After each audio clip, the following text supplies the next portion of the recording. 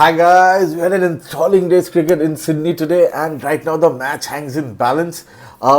India is 145 runs ahead thanks to a brilliant innings by Rishabh Pant. The old Rishabh Pant, the real Rishabh Pant is back, and I am so glad to see him playing like that. I said yesterday 185 might be enough, and as it turned out, it was. India bowled out Australia for 181 and took a slender lead of 4 runs. And they did that without Jasprit Bumrah in the field for half the Australian batting innings. Bumrah, even in the morning session, it looked like that he was playing with a niggle. His pace was slightly down. And then post lunch, he came, bowled 1 over and then went off. He went for scans. We don't know, what his actual state is right now, and there is no clarity regarding that yet. So the big question is, can Bumrah bowl tomorrow? Because if India manages to score, and India I think needs to get another 55-60 runs, that anything over 200 would be very difficult for Australia. Because remember, in Sydney since 2000 there has been only one successful 200 plus chase, and I can bet my bottom dollar that none of those wickets were as dodgy, as tricky, as challenging as this one. There is not just a sideways movement here, but there is uneven bounce, and that, in that perspective, the Rishabh Pant innings, it at retrospect tomorrow, it might look like, it might turn out to be that match turning innings. He was sensational today, but the question is whether Bumrah would be there or not, because that Indian attack without Bumrah, though they did pretty well today, but they were at times quite inconsistent. With Bumrah in the attack, a 200 run total would look like, 350, 400. That's the impact he has, especially on up and down wicket with sideways movement. I can't think of a better bowler than Jasprit Bumrah. So that's how it stands. We are 145 runs ahead. Even something like 170 and 80 or 170, 180 would be a very tricky chase. I think anything over 150 is going to be a tricky chase. This is not a wicket where any batsman would at any point of time feel like they're in. And there is always that ball with your name on it round the corner. I'm Siddharth, you're watching Gully Cricketer, and guys, please do consider subscribing, and if you like my walk, then give me a thumbs up. Turn on the notification by pressing the bell icon, and leave your feedback in the comment section. So Jasprit Bumrah got the first breakthrough of the day. It was a wicket of Manas Labuschagne, a faint edge to the keeper. The umpire didn't give it out, but India reviewed, and on review it was clear as day. Sneaker showed the spike. And then Mohammad Siraj, who is bowling brilliantly since the second innings of the Melbourne Test match, he has bowled with a lot of heart even today. Mohammad Siraj then took 2 quick wickets. First was Sam Constas. He went to drive, and it was a very brilliant catch. It was very well caught by Yashasvi Jaiswal. It was low. It was brilliantly caught. So that was the first wicket, and then very over. Travis Head came, and Travis Head didn't last long. The plans for Travis Head were very, I think India has got the plans for Travis Head right since the Melbourne Test match, and it was the same plan, bowled accordingly.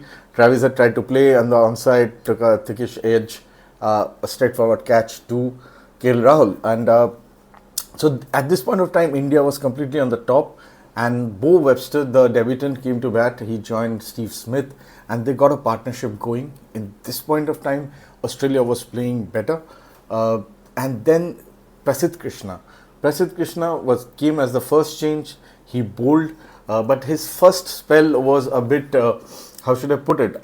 He just was a bit all over the place. He looked unsure. He didn't quite find his footing in the first spell. But then he came for the second spell right before the lunch, and he bowled a real pearler to Steve Smith, who was at that point of time batting on 30, and in fact, that point of time, Steve Smith was batting on 33, and he was playing quite well, Steve Smith, and Steve Smith was doing his usual thing. He shuffled across and tried to drive the ball, took an edge, and it was brilliantly caught by Rahul at second slip. And therein, just before the lunch, the match opened up again.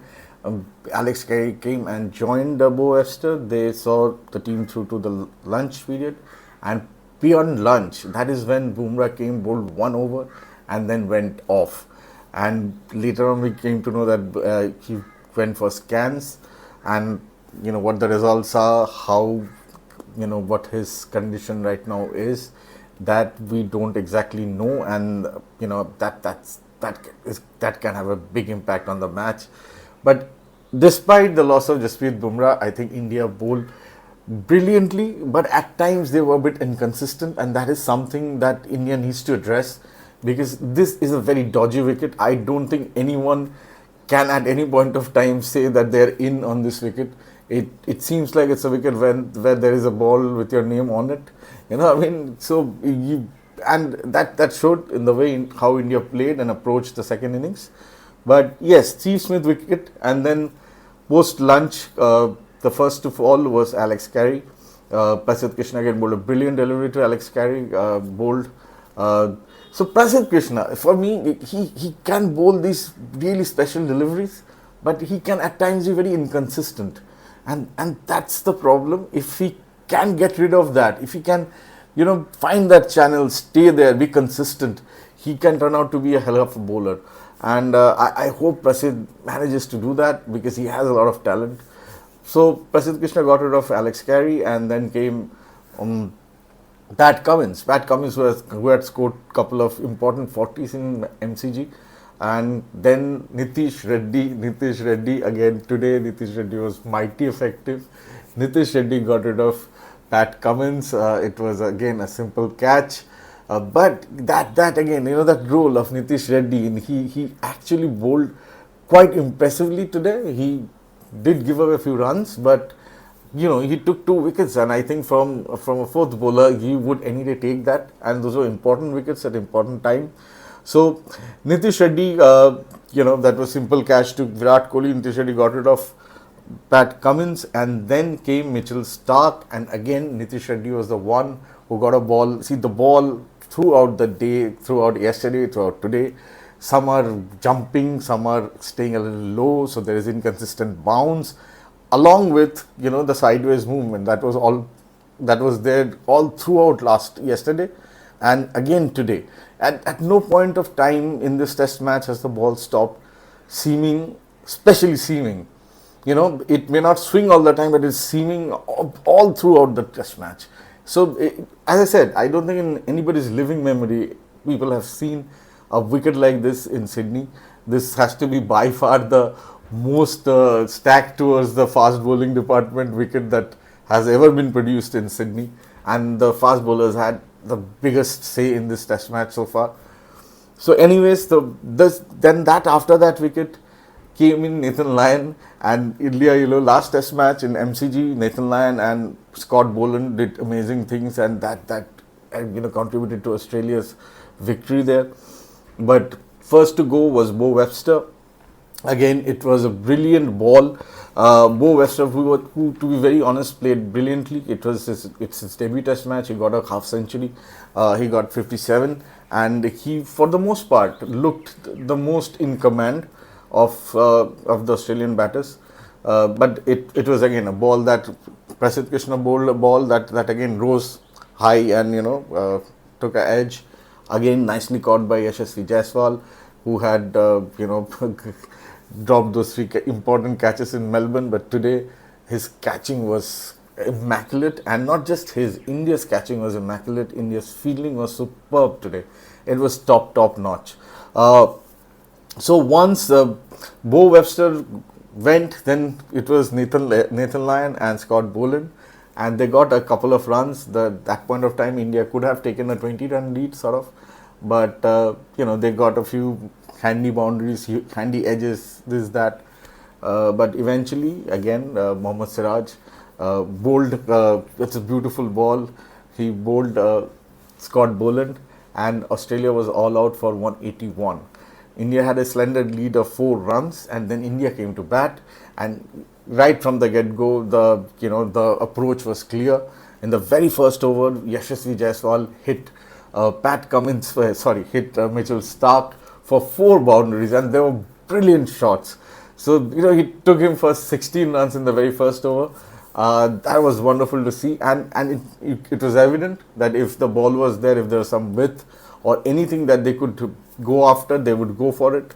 And that opening partnership between Jaiswal and Rahul looked so promising. They got to, I think that opening partnership was 45 runs until, till Rahul, came down the wicket against Boland and tried to hit the ball, took a inside edge on stump, and that is the first wicket fell for India in the second innings, and the door opened from there.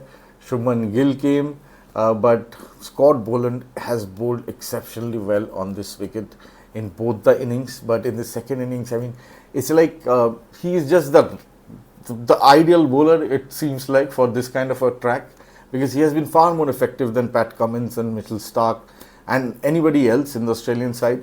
So Scott Boland then bowled a brilliant ball. That ball, I don't think anybody could have done much. Yashasvi, I don't think would have done much. If you get a ball like that, and that's the point, that on this wicket, every now and then there will be a ball like that as a batsman you can't do anything much about that. If you get a ball like that, you just hope for the best. And so that's how Yashasvi got out, bowled top up off. And then Virat Kohli came to the crease. Virat Kohli looked positive, played a good pull shot, almost a straight pull. But his misery continues. He fell just like the way he has fallen in this test series. I don't think it's working out for Virat right now. He has to find a way, as I said before. It's just the same thing repeating again and again. But yeah, so once Virat got out against, it was Scott Boland who took his wicket. So at this point of time came Rishabh Pant. And from here on, the match completely turned on its head. Rishabh Pant, the very first ball to Scott Boland, he danced down the wicket and hit him over long on for 6. It was a stupendous shot. It was so much a Rishabh Pant shot. Nobody could have expected or have done it with that kind of flair, that kind of flamboyance as Rishabh do these things. And then Rishabh played an innings that I think could be, at the end of the day, the turning point in this test match. It is probably the match-winning innings, I feel, because his 61 of 33 balls was incredible. It was incredible to watch. It is his second fastest. Is the second fastest by an Indian. The fastest is also by him. That's of 28 balls. This one was of 29 balls. And with the shots he have played and the way he, in particular, Scott Boland has been a gun bowler in this test match. Particularly in this test match, on this wicket, he's been a real gun bowler. Everybody has found him a handful. But, he did not spare anyone, whether it's Boland, whether it is Stark, whether it is Webster. He went after everybody, and it was a scintillating innings. And when he was there, you could really see Australia sweating, and they had all the fielders back in the boundary, and still he was hitting those sixes. It was a stunning innings. It's an innings that you should watch ball by ball. In fact, the highlights wouldn't do it justice. It was that sort of an innings. Rishabh hit 6 boundaries and 4 sixes, and they were amazing shots.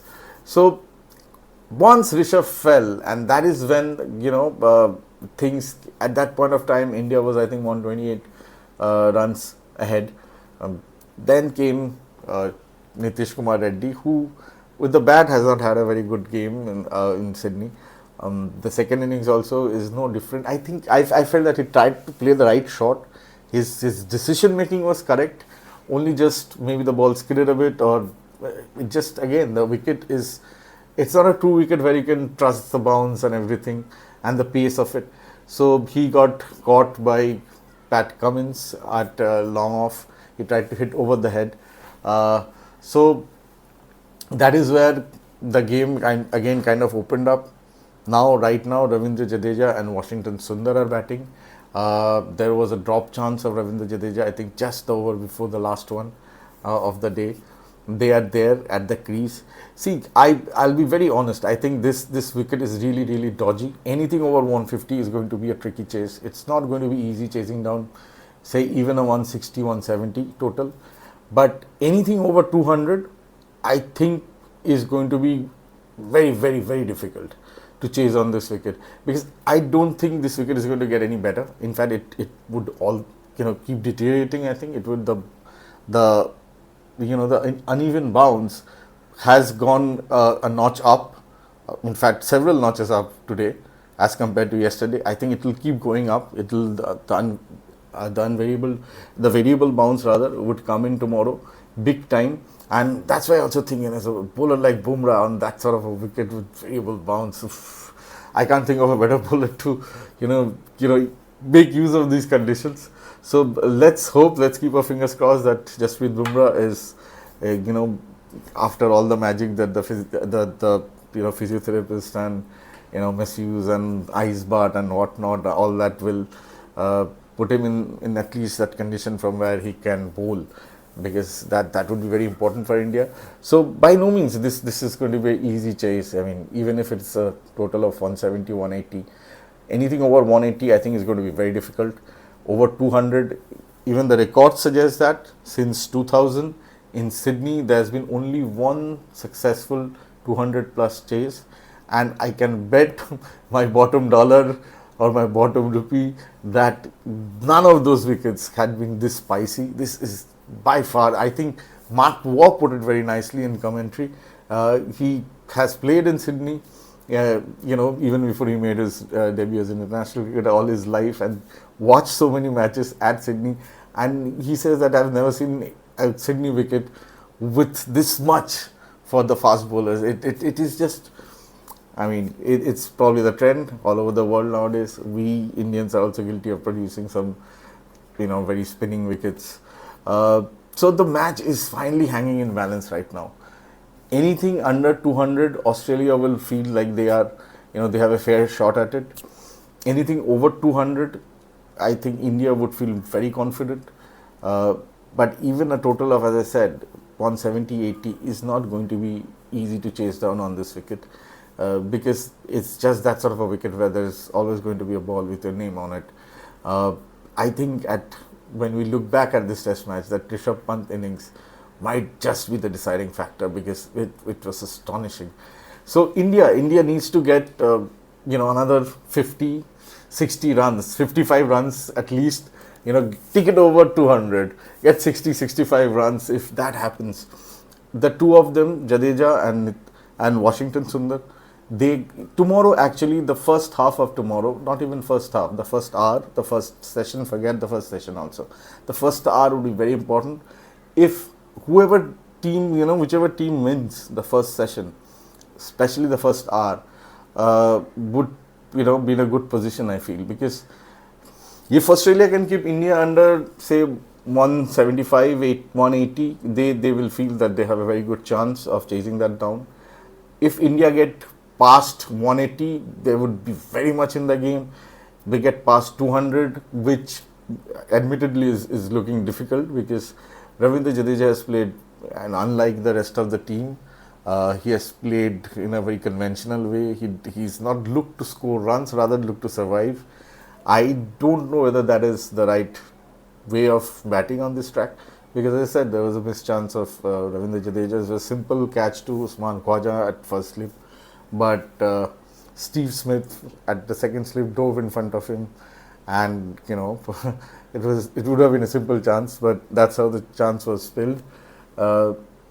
So it is all about the lower order runs now for India, because remember in the first innings that Jasprit Bumrah 22 and a little runs from Prasidh Krishna, from Mohammad Siraj had all of that mattered, all that counted in. So instead of something like say 55, 60, India got to a total of 185, and tomorrow also India needs to put in a performance like that. If India goes past 200, I think it would be India's game. Anything under that, it would be both. The team would be in the contest, and it's a really tricky wicket, so it's hard to call it. But yeah, the match is very finely balanced, as I said, and it's all to play for tomorrow, because I don't think the match is going beyond tomorrow. So I'll see you guys again after the day's play. So take care, guys, and please do subscribe and leave your comments in the feedback section. I'll see you tomorrow.